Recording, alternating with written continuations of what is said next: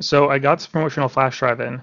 It has no casing on it, but I'm pretty sure it's promotional because of the way it's designed.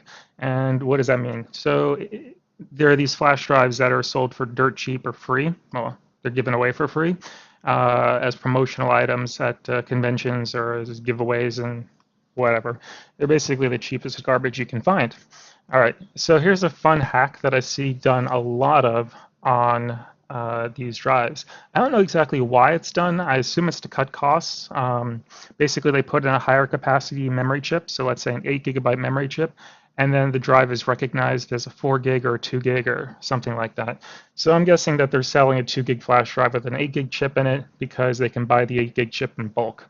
But anyway, so here's the cool thing. So there are these things called mass production tools or MP tools. And if you can find it for the drive, it'll show you all the really cool info. All right, so here, if you see over here, the drive capacity is shown here as 4 gigabytes. And if we open up our drive imager over here, we'll see it's also 4 gigabytes. Awesome. But in reality, it has an 8 gigabyte memory chip.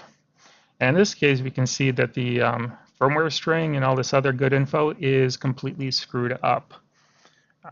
PID as well, so SMI Corp Corporation.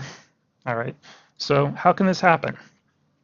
All right, so what you can do is, with the mass production tool, is program the flash drive with all these fun settings here. So instead of, let's say, being a Lexar flash drive, you can change it to, and recover my flash drive.